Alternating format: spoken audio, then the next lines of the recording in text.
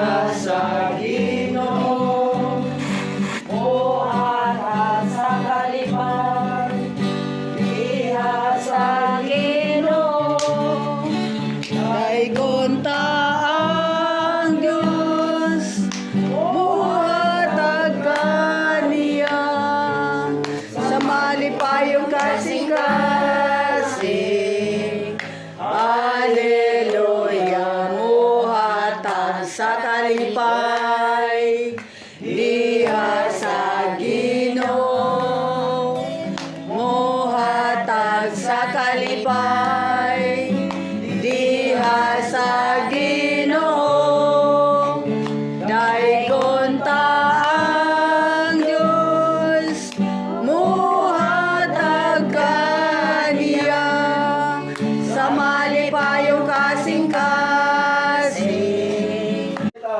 Iya na magubat, sumalapad sa 2 Kronikas, Kapitulo 20, versikulo 15.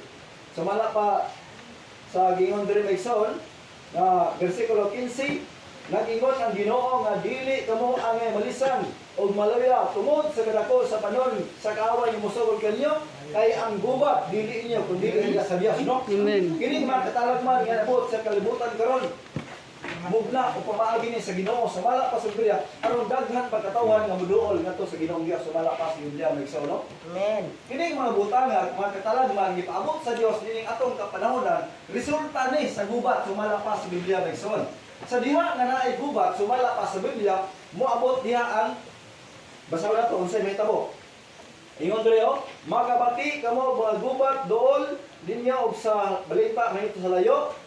Sa layo apan ayaw kamo katingala. Amen. Kabalaka kining mga butanga Bayran, gibayran, ako sa dugo niya.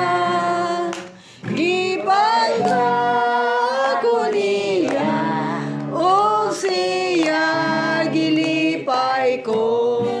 Siguro ko ang pagdaog tungod sa dugo niya. datas ko ako pasidugan salamatan ng Dios nga ang Dios nagapadayon sa pagpamuhat ng dapita, no?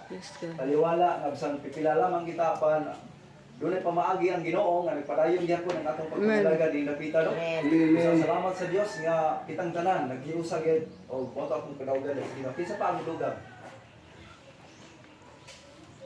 Praise God, alay ko ninyo pupuntagon. Salamat sa kapatid. Amen. Buhay na Diyos tungod kay